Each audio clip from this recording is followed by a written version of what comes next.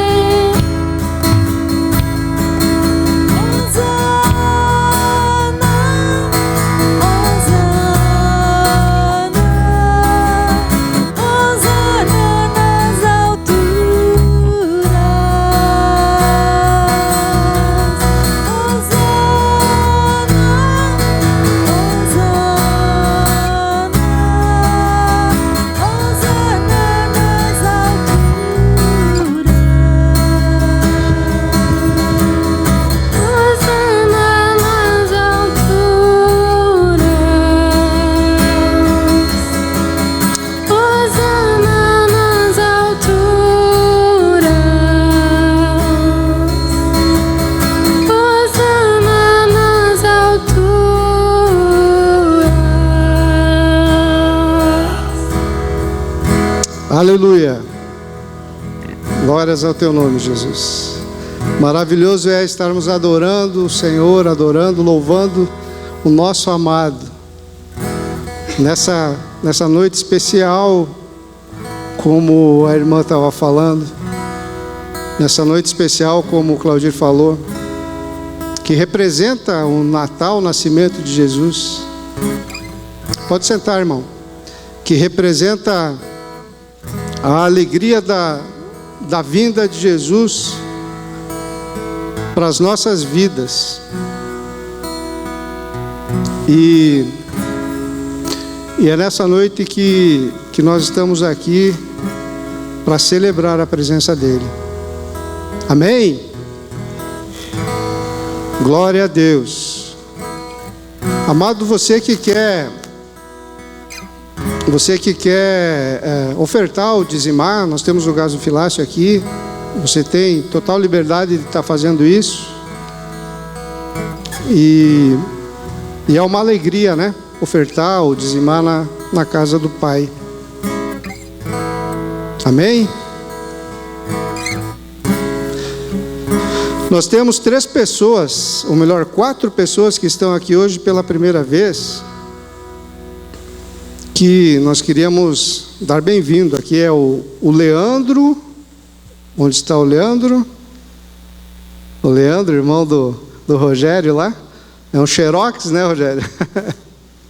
se encontrar na rua é fácil, é só botar uma barba maior que é igualzinho. E a Lilian. Sejam bem-vindos aqui, vocês dois. O Bruno. Brunão, show de bola, Brunão. E o Mateus. Show, Mateus. Mateus de Erechim. Sejam bem-vindos aqui, a família toda aí. Rúbia também, de novo. Amém? Então, como é que a igreja recebe-os? Glória a Deus. Então, hoje é um dia especial, né? Hoje é o dia que a humanidade comemora um racha no tempo, um racha na história. A história rachou no meio.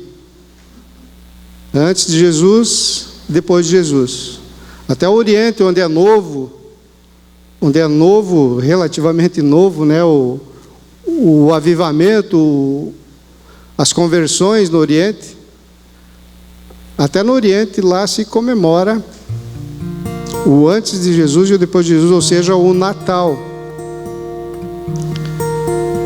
E se você não deu o Feliz Natal aí para ninguém, hoje deve ter dado, mas aproveita e dá para o irmão que está do lado aí, abraça ele, diz para ele: olha, amado, Feliz Natal, Jesus veio por você. Jesus veio ao mundo por você, ele não precisava, mas ele veio.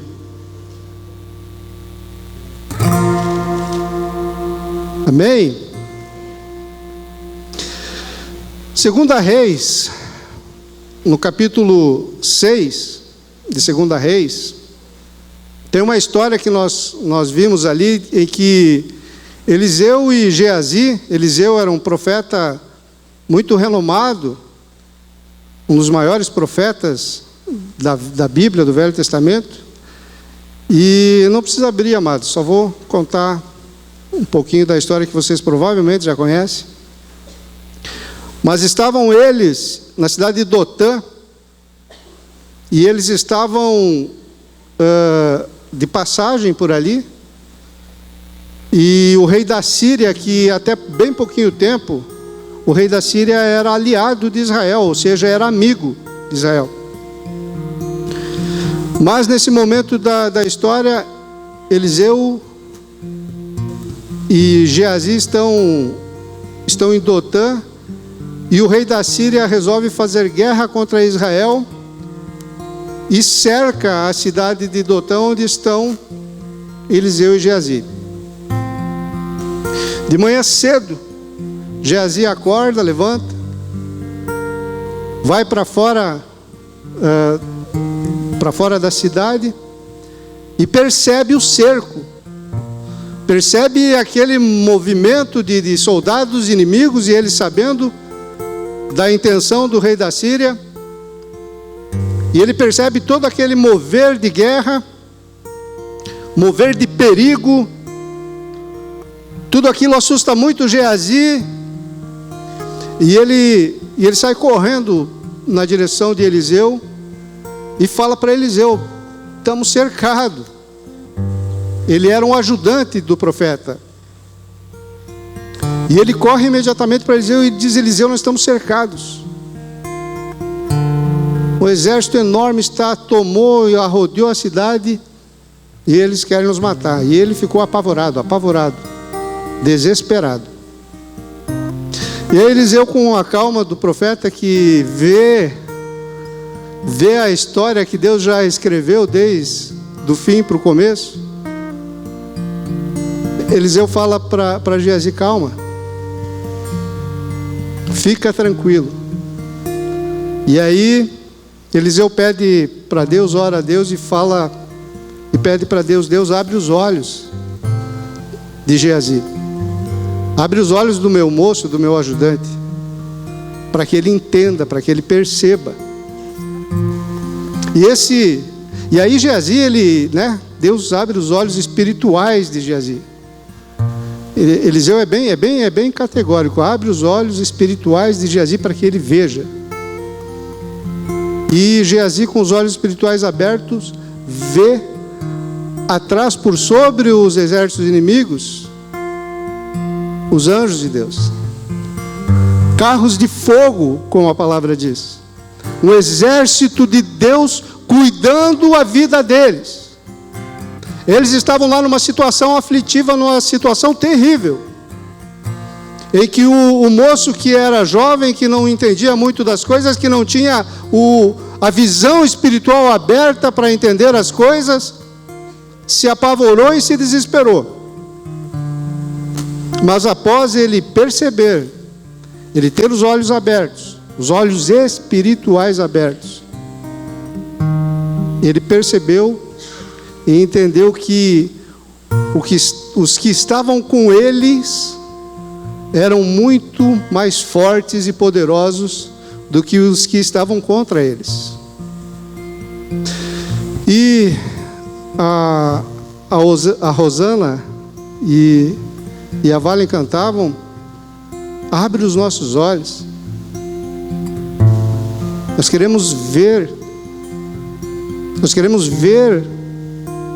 precisamos ver, porque muitas vezes parece que está tudo muito apertado, a situação está muito difícil. Mas se nós vermos, nós vamos perceber que o que está conosco é muito mais poderoso do que o que está contra nós. E nós vamos perceber muito mais, porque Geazi, ele estava com trevas nos olhos, ele estava com os olhos tapados, ele não tinha entendimento da situação. E nós vamos perceber, e a única forma real de perceber o que Jesus fez ao nascer, há mais ou menos 2000 anos atrás, 2020 e poucos anos atrás, o que ele fez, na verdade, naquela cidade de Belém, o que ele fez foi tudo o que nós precisávamos. Tudo.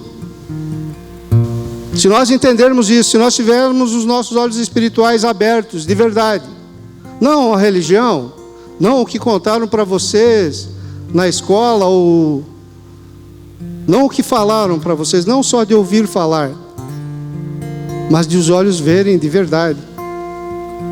Aí nós vamos entender que nada pode nos vencer, nada pode nos superar. Nós vamos entender que até a derrota é a vitória. Nós vamos entender que o que ele fez é o suficiente. Amém? Precisamos acordar como Geazi acordou, e precisamos também andar com as pessoas certas. Porque se Geazi não estivesse com o profeta Eliseu, ele não teria a visão espiritual dele aberta. O tema dessa mensagem é Jesus, a luz que desfaz as trevas. E eu queria convidar você para ler Isaías capítulo 9. Aleluia.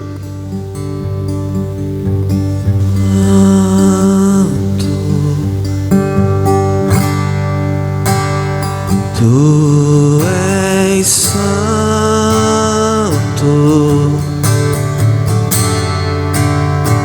Jesus,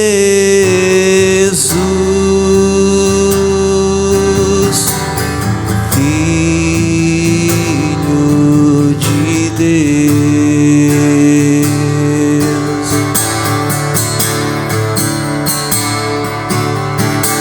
Santo,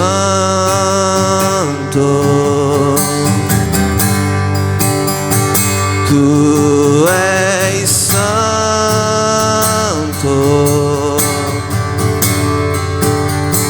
Jesus,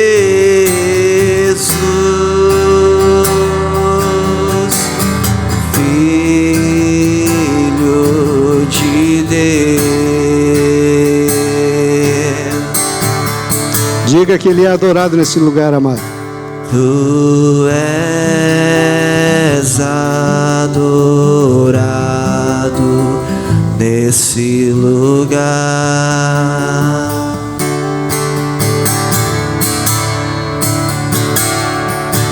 Tu és adorado nesse lugar. Sim, tu és adorado nesse lugar. Aleluia. Te adoramos, Jesus. Te adoramos, Jesus. Tu és adorado nesse lugar e no nosso coração, Jesus.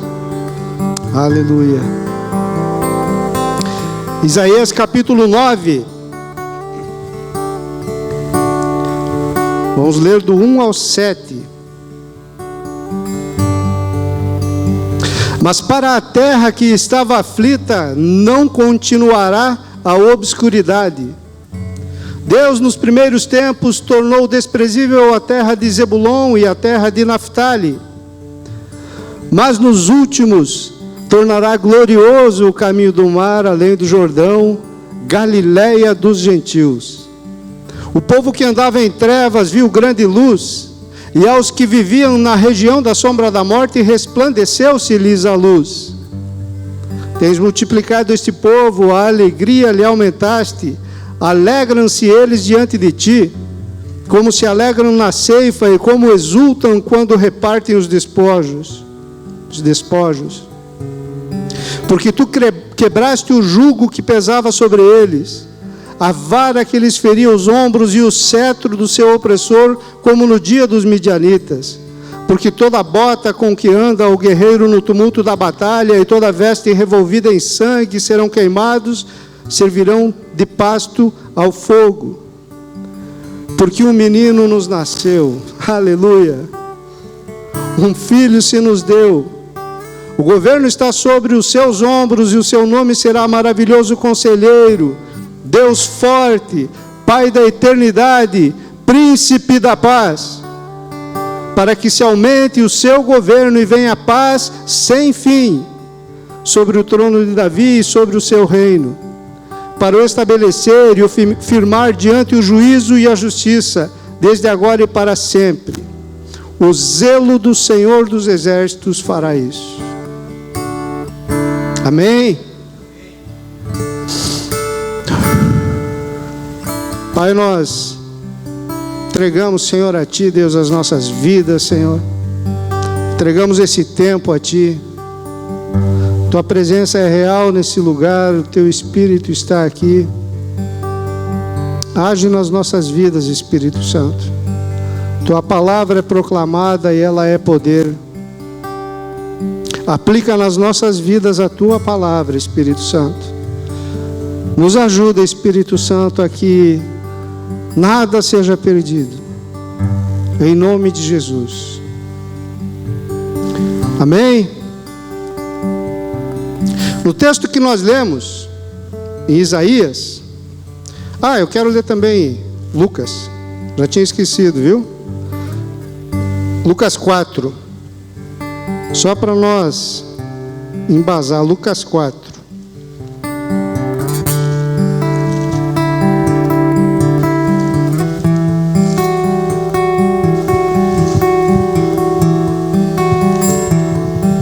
Lucas 4, do 12 ao 17.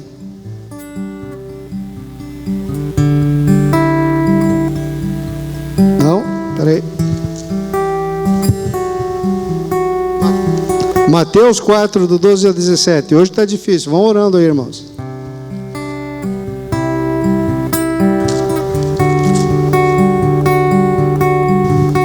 Ouvindo, porém, Jesus que João fora preso, retirou-se para a Galileia e, deixando Nazaré, foi morar em Cafarnaum, situado à beira-mar nos confins de Zebulon e de Naftali, para que se cumprisse o que fora dito por intermédio do profeta Isaías: terra de Zebulon, terra de Naftali, caminho do mar, além do Jordão, Galileia dos gentios. O povo que jazia em trevas viu grande luz, e aos que viviam na região e sombra da morte resplandeceu-se-lhes a luz.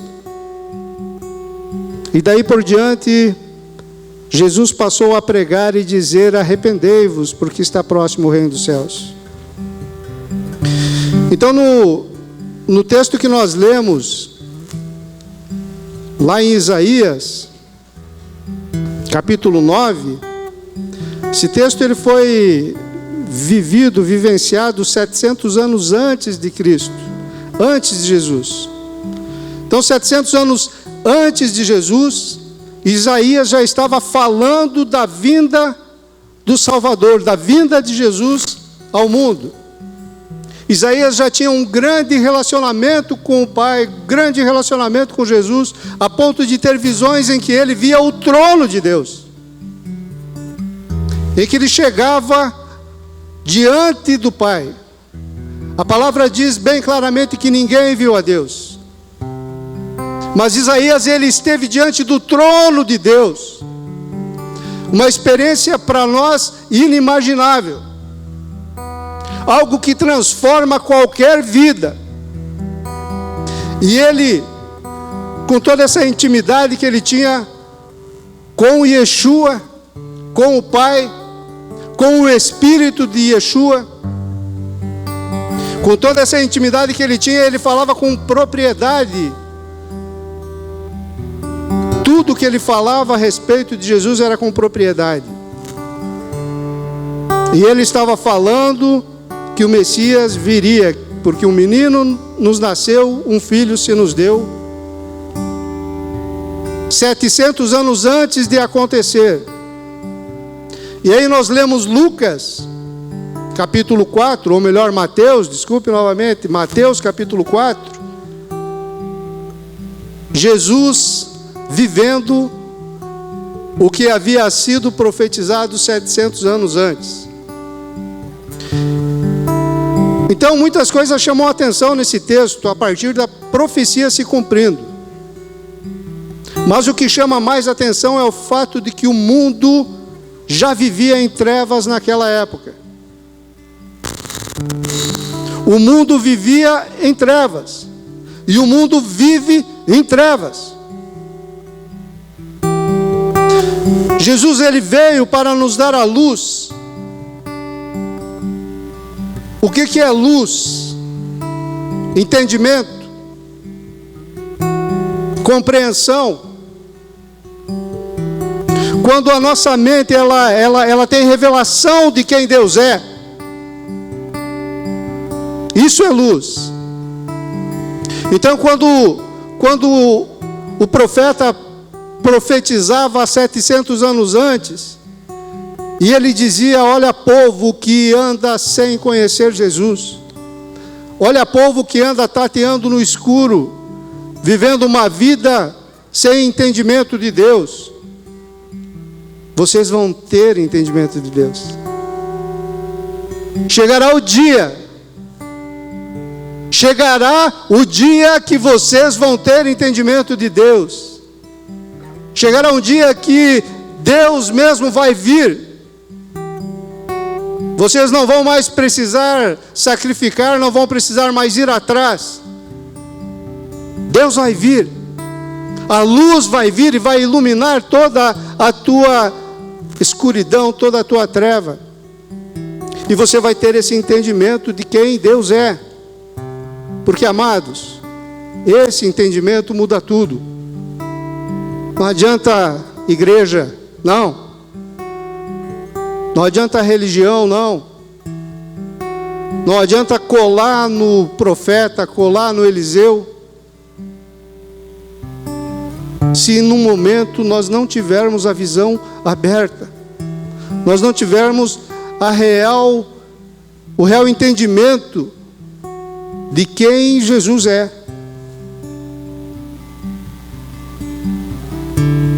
Se não termos isso, de nada adianta. Quem Jesus é. Mateus capítulo 16, do versículo 13 ao 15, Jesus está andando com os seus discípulos. E ele faz uma pergunta para os seus discípulos. Ele pergunta: discípulos, discípulos. Quem o povo aí diz que eu sou? Quem o povo está falando por aí que eu sou? Qual é a visão espiritual, qual é o entendimento que o povo está tendo de mim? Os sacerdotes do templo, os comerciantes, os funcionários. Qual é o entendimento que essas pessoas, o povo, o mundo está tendo de mim? E aí eles falaram: olha, uns dizem que tu és Elias, outros dizem que tu és João Batista, outros dizem que tu é mais um dos profetas.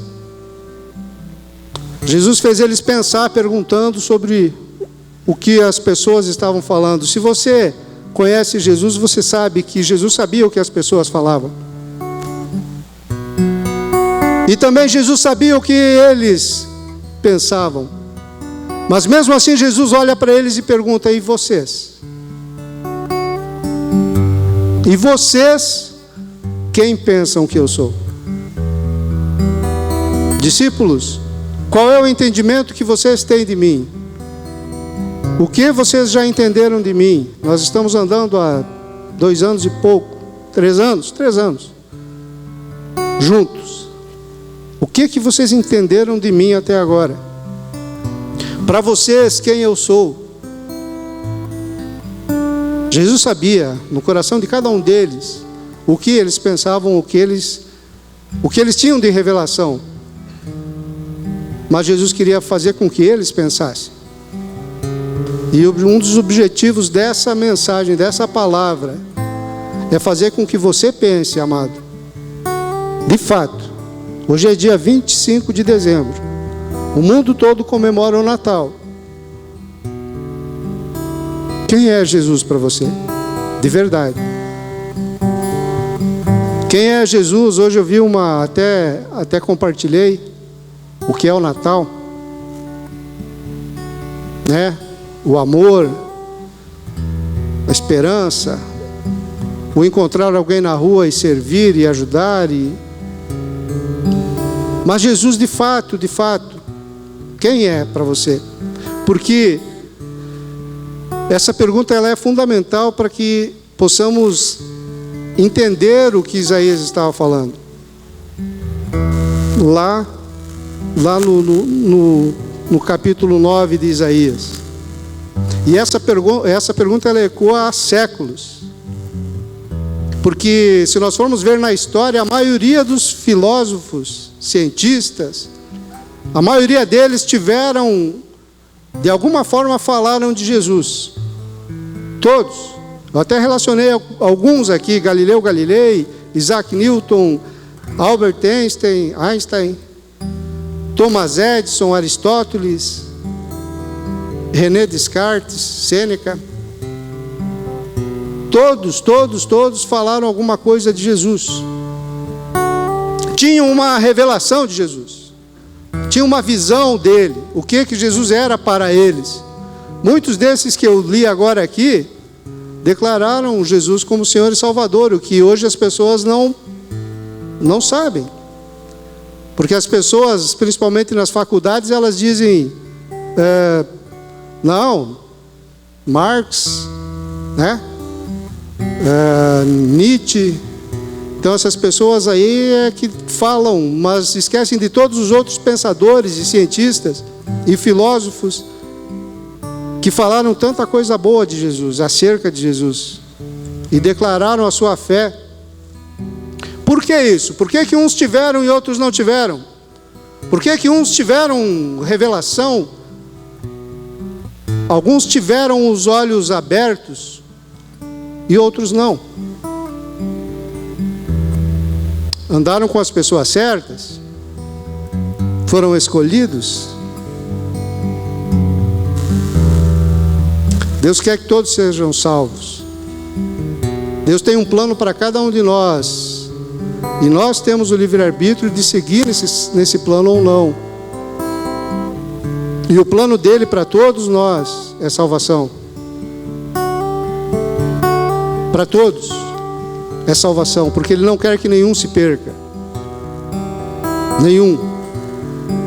Então nós temos que ter entendimento de quem é Jesus para nós. Uma das coisas que eu anotei aqui: Jesus é vida. Jesus é vida. João 3,16. João 3,16 fala um pouco de morte, né? E Deus deu ao mundo, deu o seu Filho ao mundo para que todo que nele não pereça, mas tenha a vida eterna.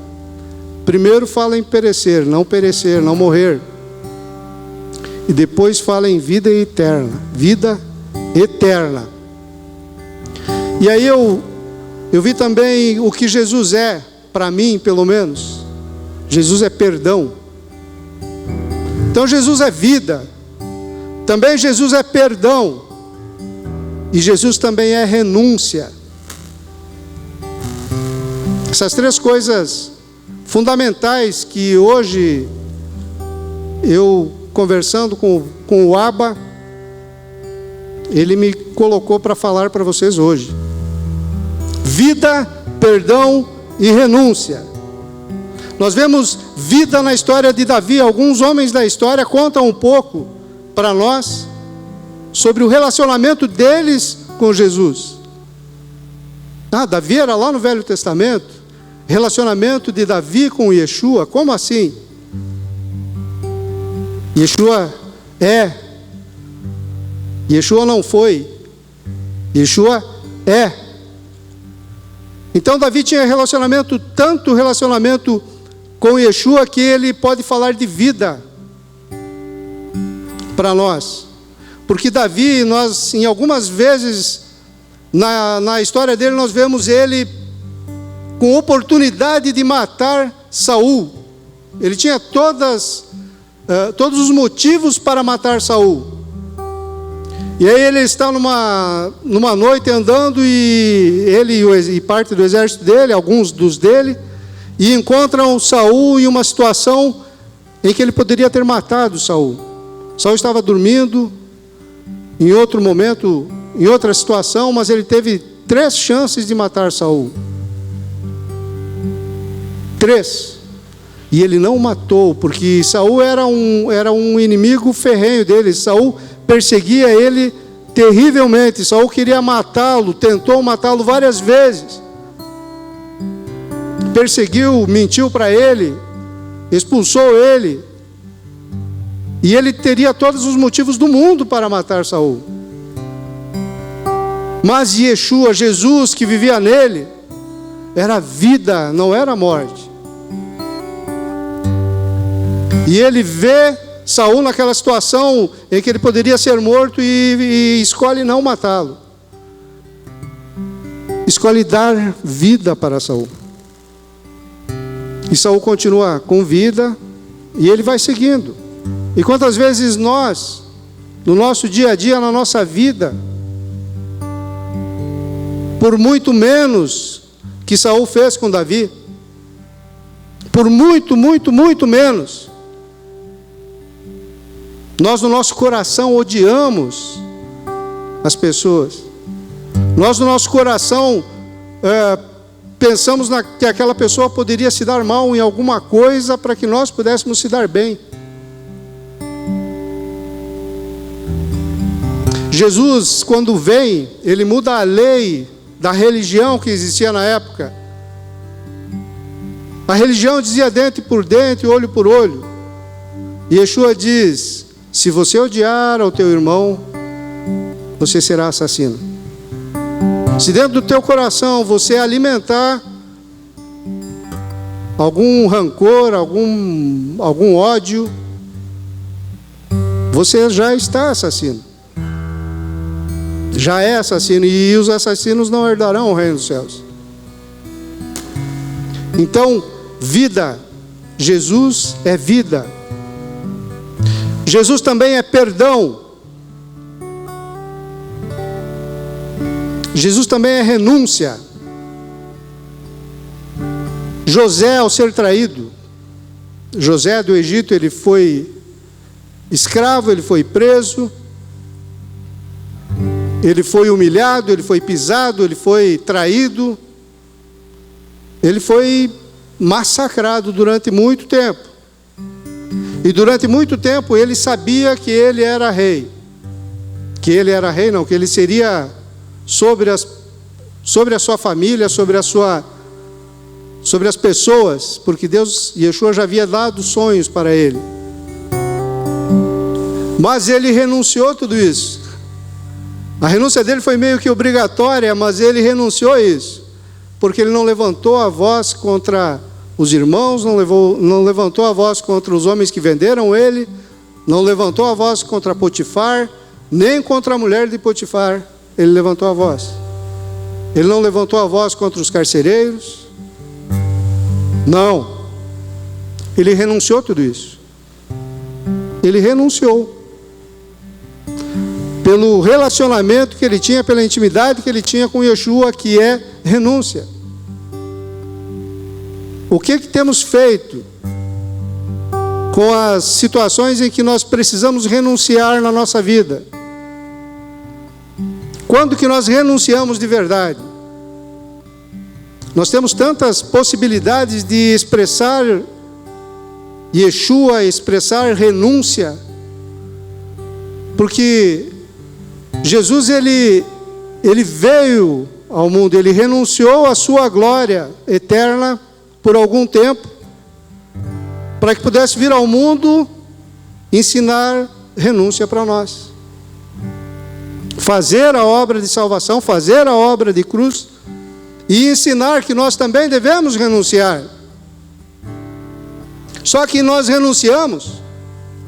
De verdade, no teu dia a dia você tem renunciado? Você tem renunciado? Não é mais uma questão de não pecar, amado. Não é mais. Porque o pecado, Jesus já tratou com o pecado. Eis o Cordeiro que tira o pecado do mundo. Jesus já tirou o pecado do mundo. Agora não trata-se mais de pecado. Agora trata-se de renúncia. De renunciar o que não é pecado. De você não fazer as coisas que você tem direito mesmo. Por amor a Jesus. Então você tem direito a fazer algumas coisas que ofendem outras pessoas. Você tem direito de fazer algumas coisas, mas essas coisas impedem algumas pessoas que são fracas na fé de ter relacionamento com Jesus, de ter os olhos abertos. E isso é renúncia. É algo que você tem direito de fazer, mas você não faz. Por amor a Jesus, por amor ao próximo. Dar lugar às pessoas. Muitas vezes a gente está com tanta pressa no trânsito que não dá lugar para as pessoas. Às vezes aquela pessoa está com pressa para ir a algum lugar. Todo mundo anda com pressa, né? É direito de todo mundo. Só que nós devemos renunciar ao nosso direito. É chato, né? Pô, que rei é esse? Que rei é esse que pede para a gente renunciar coisas? A teologia tem ensinado que nós devemos pedir coisas, mas a palavra de Deus ensina que nós devemos renunciar coisas. Amém? Perdão, mais uma. Quem é Jesus para mim? Perdão. Jesus é perdão. Então tem em Atos capítulo 7, Estevão ele prega para todos aqueles religiosos que estavam ali. Depois de que veio o Espírito Santo e depois que as pessoas começaram a se reunir em torno dos discípulos e apóstolos, Jesus está pregando, Estevão está pregando para os judeus. E ele fala para os judeus desde o princípio tudo sobre Jesus. Porque ele podia falar de Jesus. Ele tinha a revelação, ele tinha os olhos abertos. os olhos espirituais abertos. E aí ele fica falando, e desde de Moisés, desde Abraão, ele vai falando sobre Jesus. E os judeus vão se sentindo culpados porque eles mataram Jesus. E Estevão fica falando para eles: olha, isso era para acontecer, e vocês, sim, vocês mataram Jesus, mas isso era para acontecer. E vai falando, pregando. Aqueles judeus, eles ficam tão indignados, com tanto ódio de Estevão, que eles matam Estevão. Eles chegam em cima de Estevão e apedrejam Estevão, e Estevão está ajoelhado, levando pedradas. Imaginem a cena, aquelas pessoas gritando: mata, apedreja, mata. E ele no chão ajoelhado, e ele levanta os olhos para os céus, e a visão que ele já tinha de Jesus se manifesta de uma forma poderosa. Os céus se abrem para ele. Os céus se abrem para ele, e ele poderia dizer: pai, me ajuda aqui, pai, estão me apedrejando, me livra dessa, me tira dessa, pai. Estão aqui me julgando, estão aqui me traindo, estão aqui fazendo coisas ruins, me roubando, estão aqui acabando comigo, pai. Me ajuda, pai. Ele poderia ter falado isso, não é? Acho que aqui quase todos nós, ou todos nós falaríamos isso. Mas Estevão não. Estevão, ele tinha realmente visão espiritual aberta de Jesus.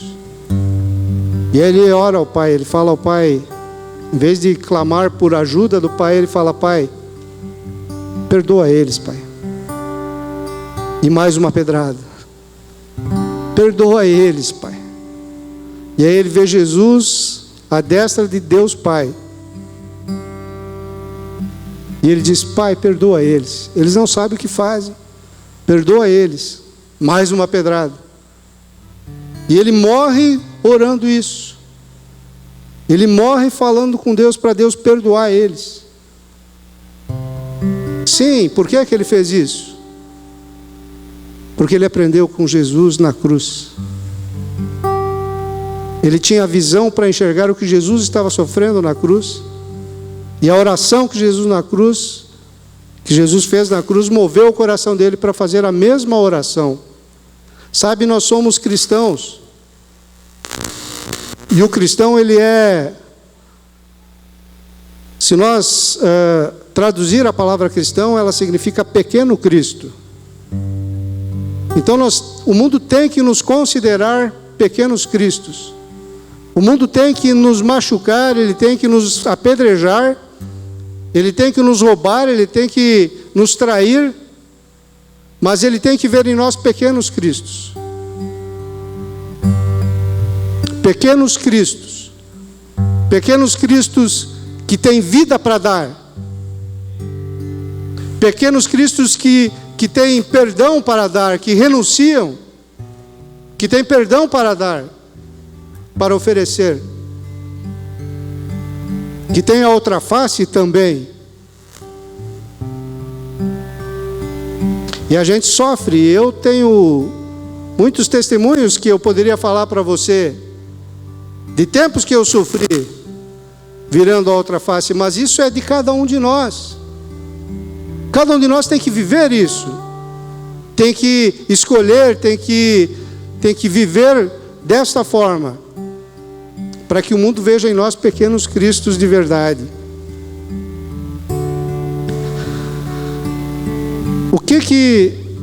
O que Jesus é para nós define o que recebemos através da profecia de Isaías 9.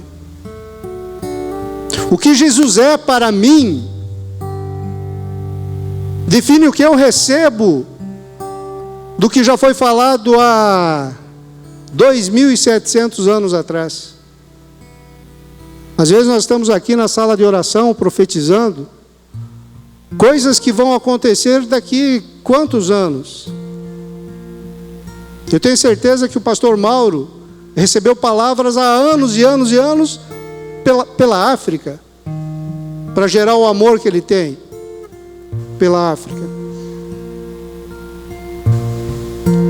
Então, quando nós recebermos em um ambiente profético, quando nós recebemos uma palavra, quando nós temos a visão espiritual aberta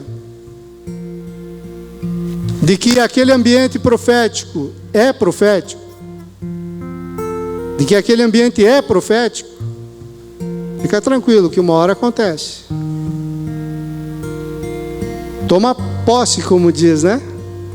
Guarda no coração, como fez Maria. Amém? Então, o que Josué define o que nós vamos receber, o que nós recebemos através da profecia de Isaías. Em primeiro, a luz. O que nós recebemos de fato através daquela profecia? A luz. A luz que é para todos. É interessante a região que o Senhor escolheu para morar, para se manifestar. A Galileia dos gentios. Ele nasceu em Belém e se mudou para Nazaré, para que se cumprisse as profecias de que ele nasceria em Belém, de que ele seria chamado Nazareno. E essas duas cidades, elas se encontram na Galileia dos gentios. Se nós estudarmos a Galileia, ela é a região mais pobre de Israel. Falta tudo lá. Faltava tudo naquela época. Era uma região discriminada. Por quê? Porque tinha muitos gentios naquele lugar. A Galileia ela era pobre, ela era discriminada, mas as pessoas iam de outros lugares para lá. Era um povo que recebia. Era um povo aberto para as pessoas. Então vinha pessoas do Oriente Médio ali todo. Quando ia para Israel, primeiro ia para a Galileia fazer morada. Para Jerusalém as pessoas iam para festas, para celebrar, para adorar. Mas para morar, muitos iam para a Galileia por causa da receptividade. Mas era uma região pobre, uma região que faltava de tudo, uma região discriminada. Uma região discriminada pela religião. Os sacerdotes de Jerusalém, eles discriminavam demais a Galileia. Tanto que Nicodemos, quando falou de Jesus para o Sinédrio, os sacerdotes falam para ele: mas pode vir alguma coisa que preste da Galileia? Não pode. Era muito discriminado.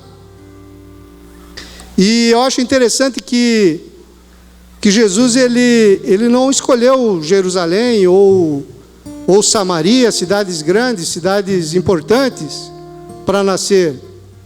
Jesus escolheu justamente a região mais pobre de Israel. E apesar de Jesus ele poder exercer poder, porque ele tinha poder, ele é poder, apesar de ele poder exercer esse poder, ele não exerceu sobre as pessoas, mas ele exercia o poder em favor das pessoas. E é por isso que eu acho que ele escolheu a Galileia. Porque Jerusalém, a religiosidade, nesse caso Jerusalém e Samaria representam a religiosidade, exerciam poder sobre as pessoas. Então, se ele nascesse em qualquer uma dessas cidades, ele estaria exercendo, contribuindo com uma coisa assim, com o exercer poder sobre as pessoas. E na verdade ele queria, e exerce na verdade, poder em favor das pessoas. Interessante também que dos 12 apóstolos de Cristo, somente um não era da Galileia. Adivinha qual? O Judas. Os outros todos eram da Galileia. E vamos voltar então lá para o Isaías 9. No versículo 1 e 2, o que Jesus é define o que recebemos através da profecia de Isaías 9. Versículo 1 e 2. A palavra de Deus diz que nós recebemos uma promessa. A palavra de Deus diz que para a terra que estava aflita não continuará a obscuridade. Ou seja, o Senhor vai iluminar. Haverá iluminação nos olhos daquelas pessoas. Não haverá mais a obscuridade. Então não importa de onde viemos. Não importa o que já fizemos. Não importa nem o que já cremos. Isso nada importa. O que importa é que a luz do mundo, que é Jesus, ela vai iluminar a nossa vida, a nossa visão. E isso nada pode impedir. Amém? Salmo 36, 9 diz que Tu és a fonte da vida e por causa da Tua luz nós vemos a luz. Então, por causa da luz que é Jesus, nós vemos a luz. É Ele que nos dá a luz. Então nós ficamos preocupados, e eu também fico, com pessoas. Ficamos preocupados com pessoas que nós oramos, e que nós buscamos, e que nós evangelizamos, e que nós estamos sempre preocupados, e sempre buscando. No momento certo, a luz que é Jesus vai iluminar. E vai despedaçar toda a obscuridade, toda a cegueira espiritual, toda a treva que as pessoas têm, que impedem de conhecer Jesus de verdade.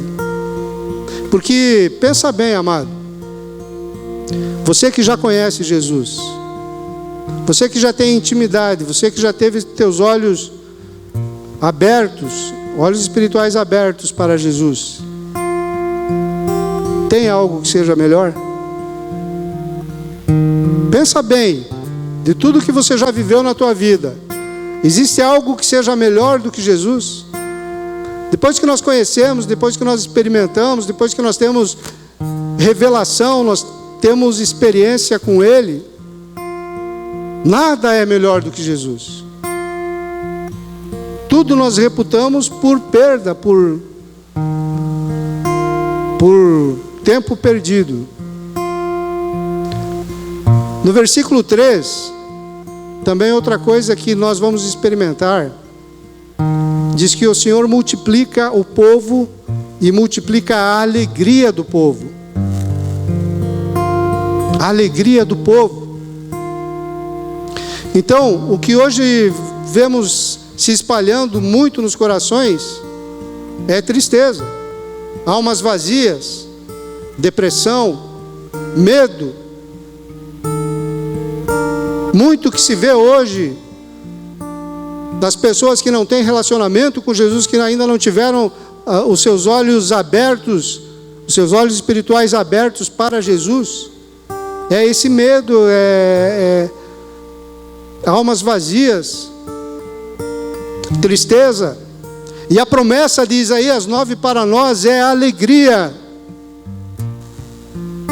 Alegria, não importa como está a tua vida, não importa a situação aflitiva que você vive, não importa o que está acontecendo de problema em volta. O que importa é o que está dentro de você, o que está dentro de nós. O que importa é os olhos espirituais abertos que nós temos para conhecer Jesus e ter relacionamento com Ele. Porque aí a alegria que arrebenta com toda a tristeza, ela vai entrar dentro de nós. A palavra de Deus diz que a alegria do Senhor é a nossa força. Quando nós louvamos e exaltamos o Senhor, Ele se alegra. Só que interessante é que Ele se alegra dentro de nós, porque Ele vive dentro de nós. Então, Ele vivendo dentro de nós, a força é gerada em nós. E eu sei que nós temos vivido tempos de cansaço. É final de ano. é correria para tudo. Eu mesmo estou numas correrias insanas. Mas esse renovo que vem do Espírito é algo que não se pode explicar, que não se pode comprar, que não se pode entender. Somente quem entende é quem tem visão espiritual aberta. É somente quem tem de fato a visão de Jesus, que conhece realmente Jesus. Amém? Outra coisa que a profecia de Isaías, capítulo 9, nos dá é liberdade. No versículo 4 de Isaías 9, porque tu quebraste o jugo que estava sobre ele, a vara que lhes feria os ombros e o cetro do seu opressor, como nos dias dos midianitas. Liberdade. A profecia nos garante liberdade, nos garante que o Senhor vai quebrar, ou já quebrou, na verdade, o jugo que estava sobre nós, o jugo do opressor que estava sobre nós. Cada um tem o seu opressor, e todo opressor que tiver é inimigo do Senhor. Todo o opressor que te oprime, que me oprime, é inimigo do Senhor. E Ele está aí para tirar o jugo que está sobre nós. Jugo de escravidão. Jugo de servidão. Ele nos liberta. O que escravizava aquele povo? O medo, a discriminação, a pobreza, a falta de sonhos, a desesperança. Agora nada escraviza mais do que a falta de entendimento. A falta de entendimento escraviza a tua vida inteira. Todas as áreas da tua vida é escravizada pela falta de entendimento. E é por isso que nós precisamos que a luz, que Jesus, que é a luz, Ele venha em nós e ilumine e acabe com a escuridão. E nos dê o entendimento para que sejamos libertos. E hoje em dia, amados, é triste, mas muita religiosidade acaba produzindo mais obscuridade, mais escuridão na vida das pessoas, do que libertando, do que levando para a nossa vida, para a vida das pessoas, a luz que vai de fato libertar. Eu falo com pessoas que dizem: olha, igreja para mim não mais, porque eu vivi igreja.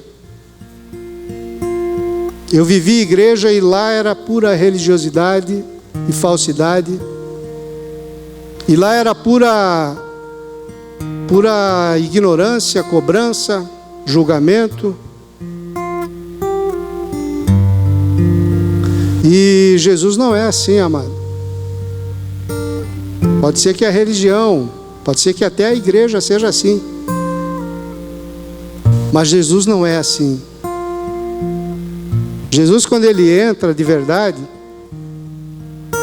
Ele cura, Ele liberta, Ele não aprisiona. O pastor Célio fala que nós não vivemos em aquário, né? Tem aquela história de pescar em aquário, né? Mas nós não vivemos em aquário, nós vivemos no oceano. Quem vive em aquário é que é sustentado ali por migalhas. Nós vivemos no oceano. Nós buscamos a liberdade para viver no oceano do Espírito, para ter relacionamento com Yeshua, relacionamento verdadeiro, com o entendimento, porque o nosso culto ele tem que ser racional. Ele não pode ser um culto obscuro, um culto que seja oculto. Ele tem que ser um culto racional, entendível, que a gente possa estar entendendo como que nós estamos cultuando o nosso Deus. E essa profecia de Isaías 9, ela ilumina o nosso entendimento para isso. E tem um objetivo: iluminar o entendimento. Iluminar o entendimento para que possamos adorar a Deus de verdade. Esse é o único objetivo que tem, não tem outro. Amém? E para finalizar, o que mais a profecia nos promete? No versículo 6 e 7.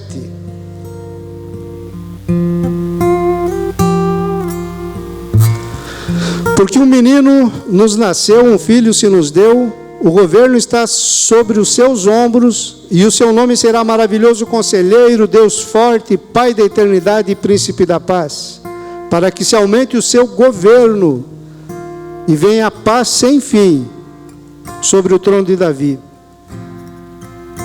Paz sem fim, governo. Então, uma coisa que a profecia de Isaías 9 nos promete é governo. Governo. E aí é que mora o problema, né? Como é que vamos ser governados se nós não renunciamos, se nós não abrimos mão do nosso direito? Para ser governado, você tem que abrir mão do teu direito para alguém. Para ser governado, você tem que aceitar o que esse alguém impõe ou ensina ou quer que você faça. Para ser governado, você tem que abandonar você mesmo. Você não é governado se você não abandonar você. A palavra ensina que nós devemos morrer para nós mesmos todos os dias. Então Isaías 9 é muito bonito quando ele promete o menino, que o menino vai nascer e que a salvação vai chegar. Mas ele não promete só isso. Ele promete governo. E quantos de nós aceitam de fato o governo? Quantos de nós têm o entendimento, têm a visão espiritual aberta para conhecer Jesus de verdade, para entender que o governo dele é o bom, para entender que não existe nada melhor do que o governo dele para a nossa vida, que se a nossa vida estiver nas nossas mãos, ela vai ter problemas, ela não vai cumprir com o objetivo pelo qual ela foi criada. Então, nós temos que ter o entendimento de que o governo está sobre ele, da nossa vida, porque daí nós vamos ter paz. E ele vai nos governar com conselho, com força, com eternidade, com paz. É isso que nós precisamos de fato para a nossa vida. Não é o nosso achismo, não é a nossa vontade, não é a nossa necessidade que tem que governar a nossa vida. Quem tem que governar a nossa vida é o propósito de Yeshua. Não é o propósito falho, o propósito viciado do nosso coração. O governo dele é de amor. O governo dele é de paz, é de alegria, é de bondade, de benignidade. O governo dele é de fidelidade, é de mansidão, é de domínio próprio.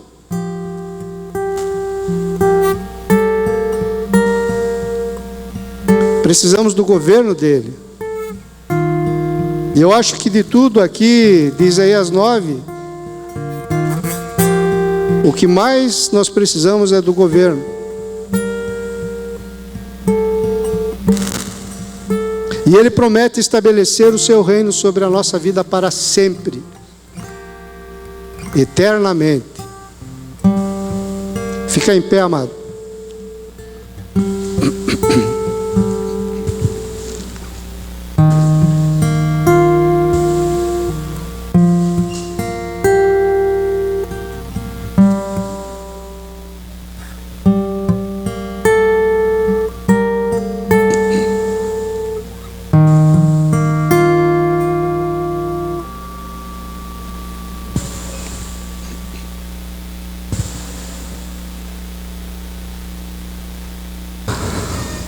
o governo do Senhor.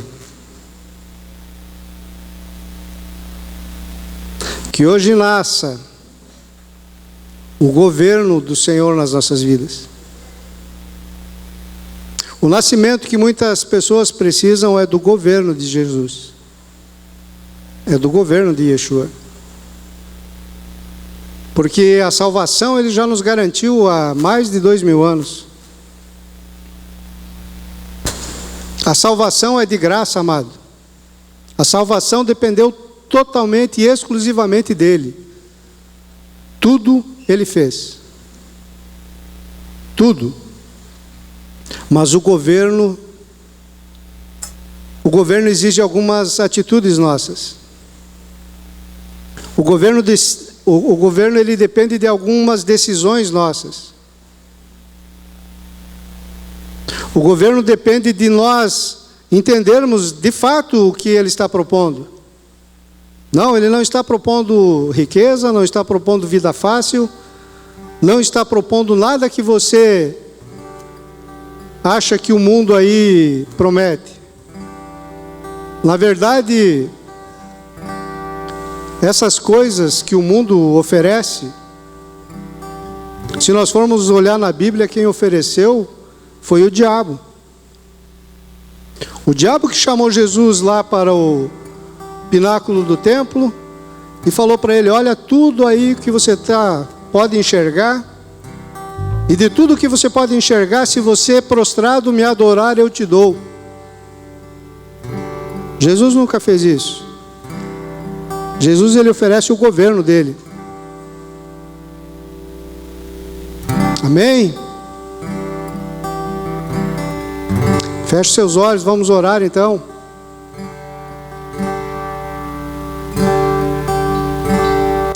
Pai.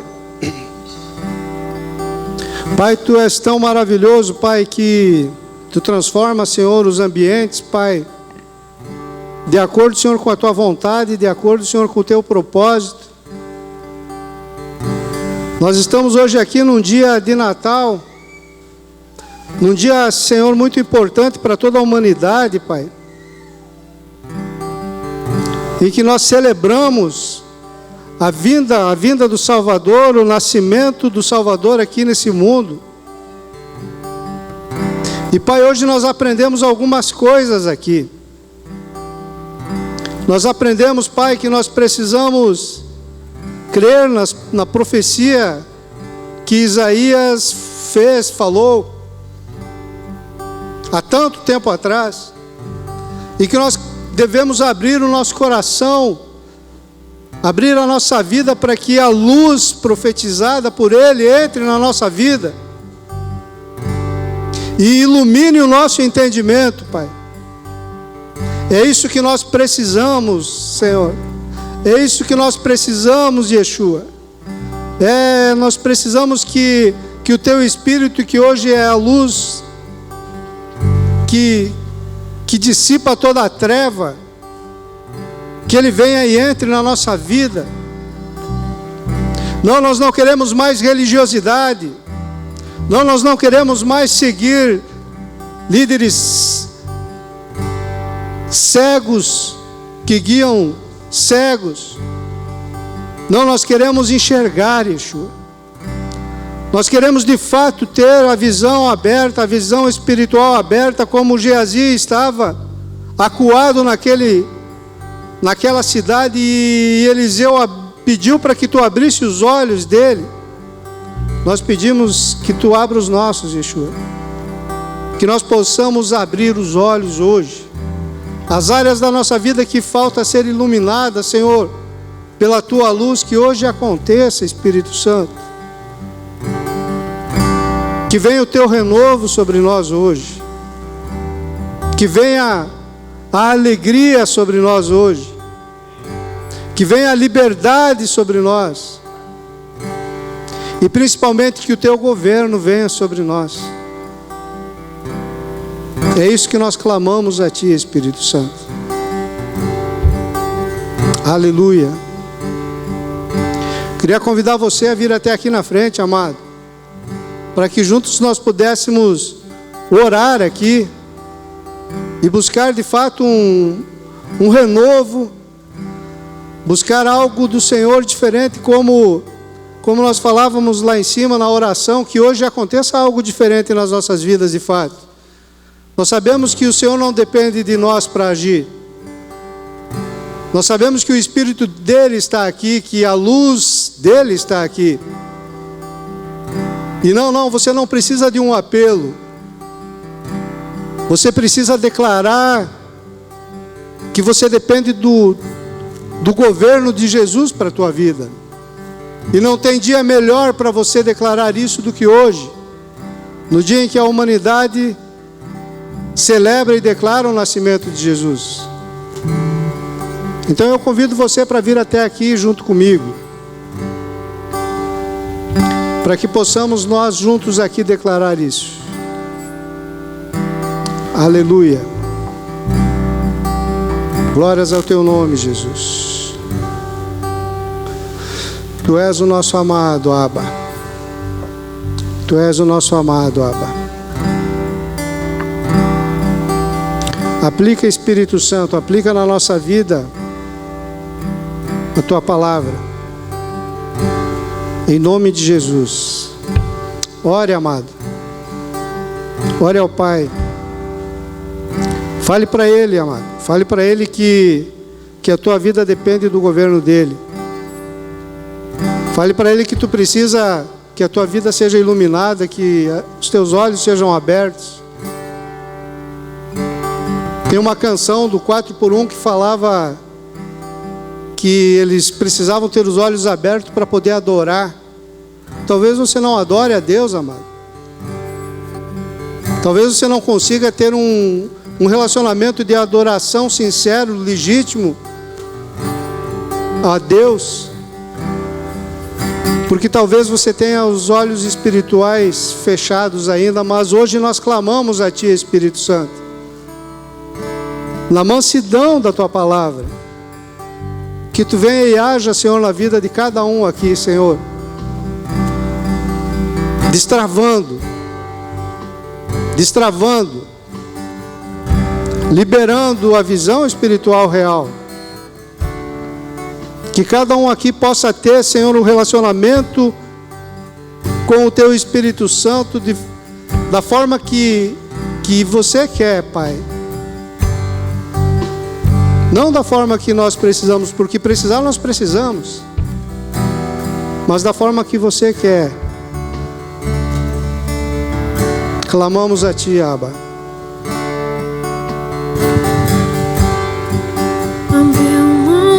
Sua glória, semelhante a homem, se esvaziou, se tornou,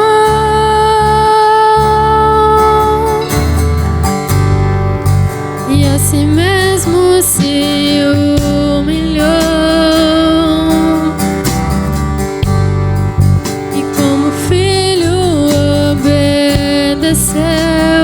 Até a morte e morte de cruz,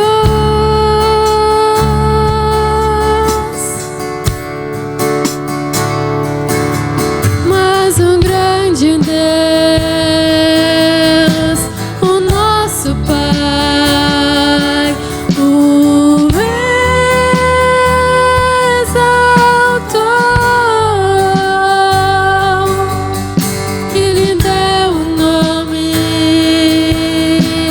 sobre todo nome nos céus e na terra e debaixo da terra,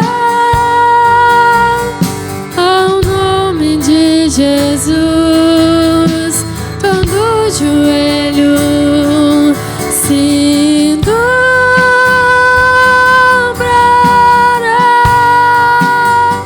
e toda língua confessará que Ele é o Senhor.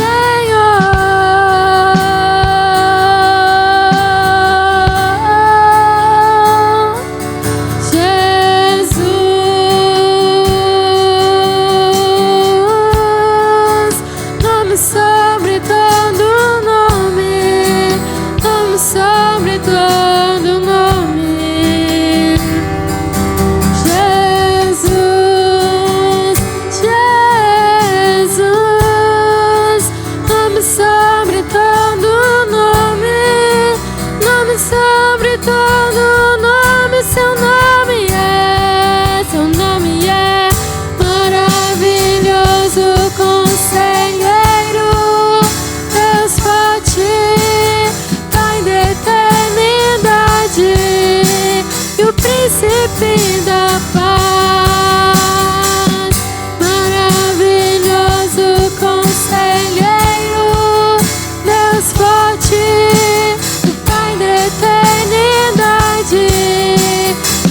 príncipe da paz. Jesus,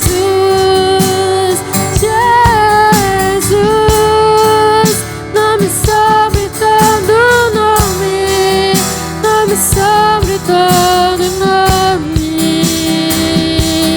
Jesus, Jesus, nome sobre todo nome, nome sobre todo nome.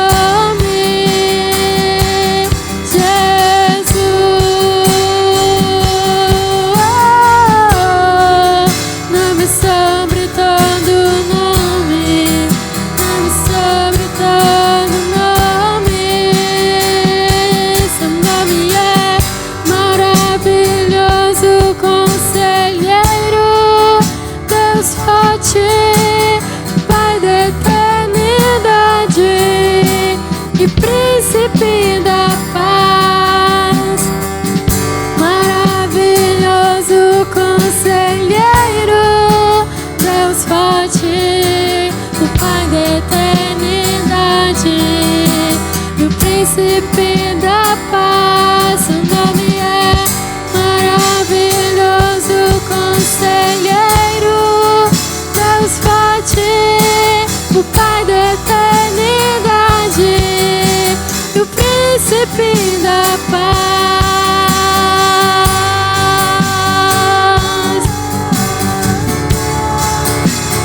Príncipe da paz. Jesus,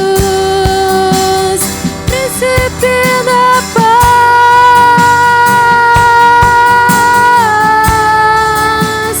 Príncipe da paz.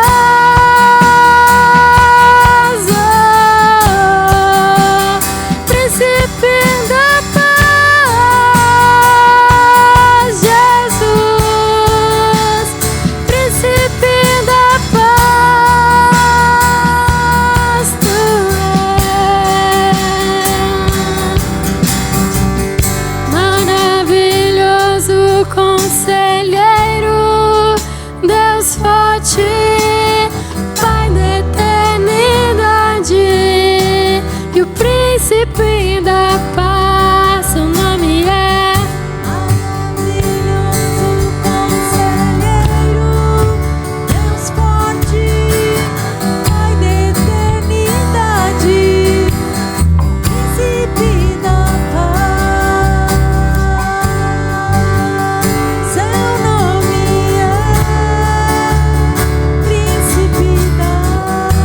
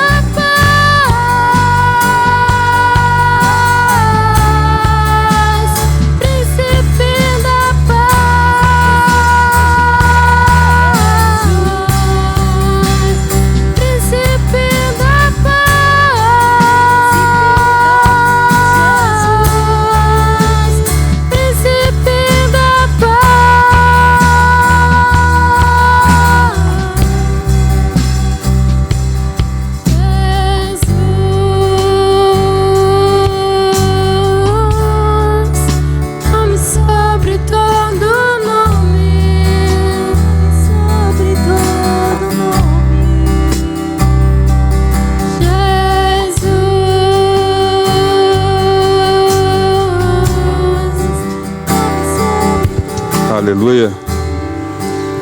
Glória a Deus. Nós temos um recadinho para passar para vocês.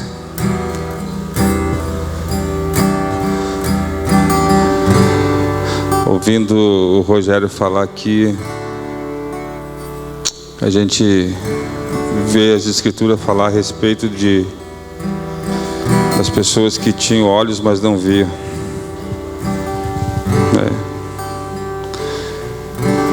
E aí um ditado que pior é o cego que não quer ver. A gente às vezes está aí pronto, e não consegue ver o que Deus quer mostrar para a gente. Amém?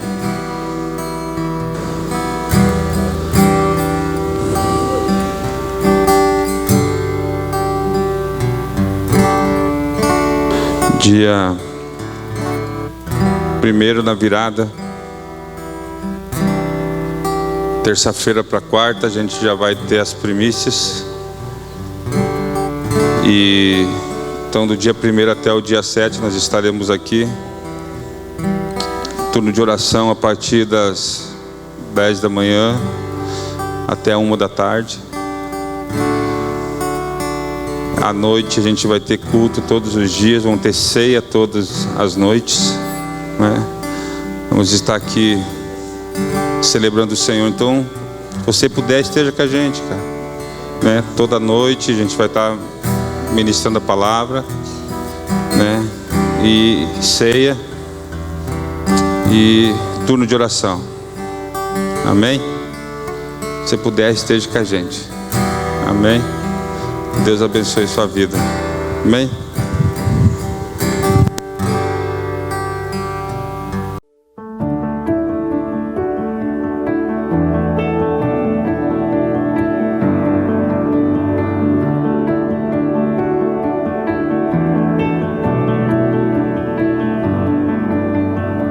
Existe em nós uma fome que não sabemos explicar.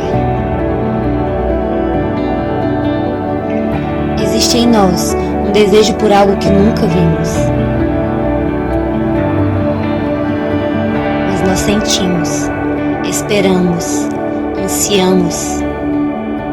Sabemos que nascemos para isso. Sabemos que fazemos parte disso. Sabemos que precisamos viver isso. Nós não somos daqui, não nascemos para essa realidade. Somos criados para uma só verdade. Somos criados para ir mais fundo.